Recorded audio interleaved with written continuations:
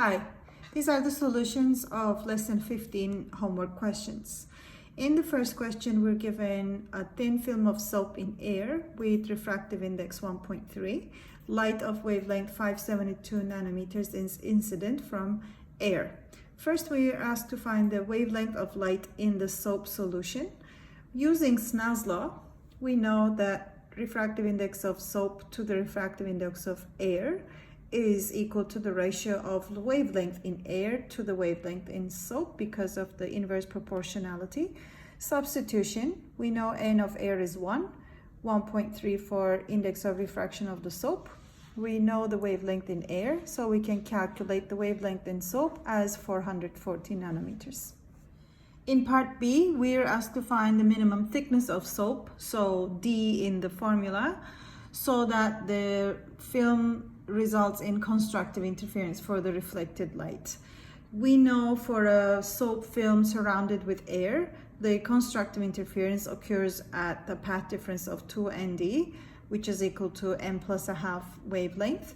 Since we're asked for the minimum thickness, we want to find the first one, which would be at 0m. So half lambda over 2n would be the equation for D, rearranging the equation. And calculation gives 110 nanometers of thickness of D to satisfy this condition.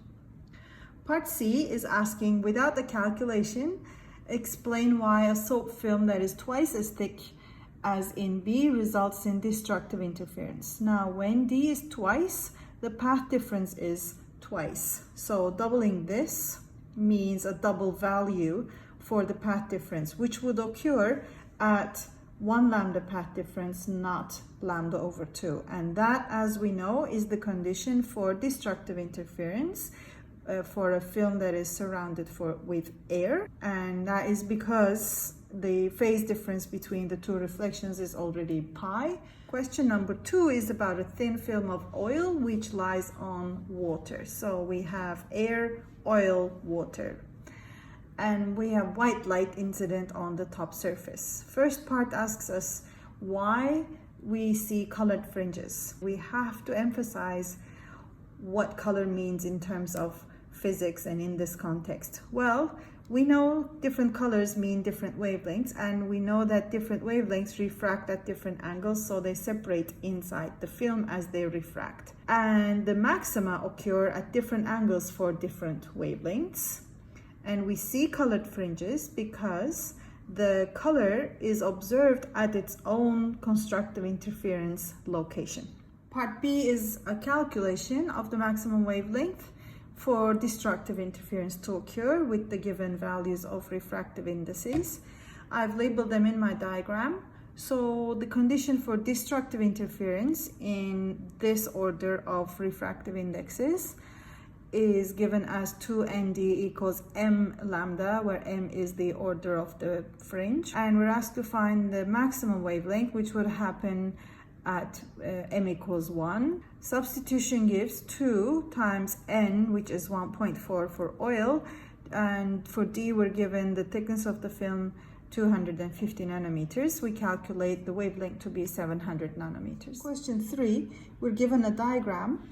And the question asks us which of the rays J, K, and L have undergone a phase change of pi.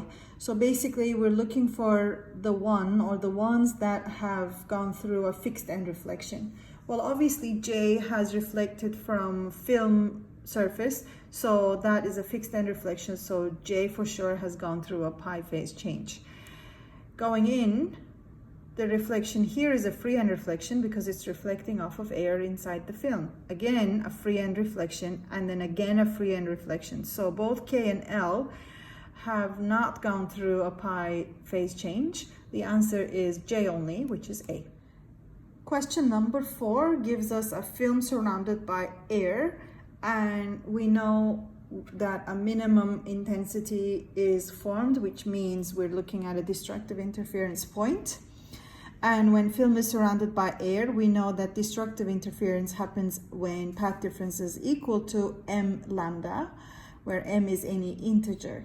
So the path difference 2nd should be equal to m lambda. The question asks for which of the following choices gives a possible value for the thickness of the film to allow this condition. So I rearrange the formula for D, which gives m lambda over 2n. All of the choices are given in terms of lambda over n ratio, so we're looking at the value of m over 2.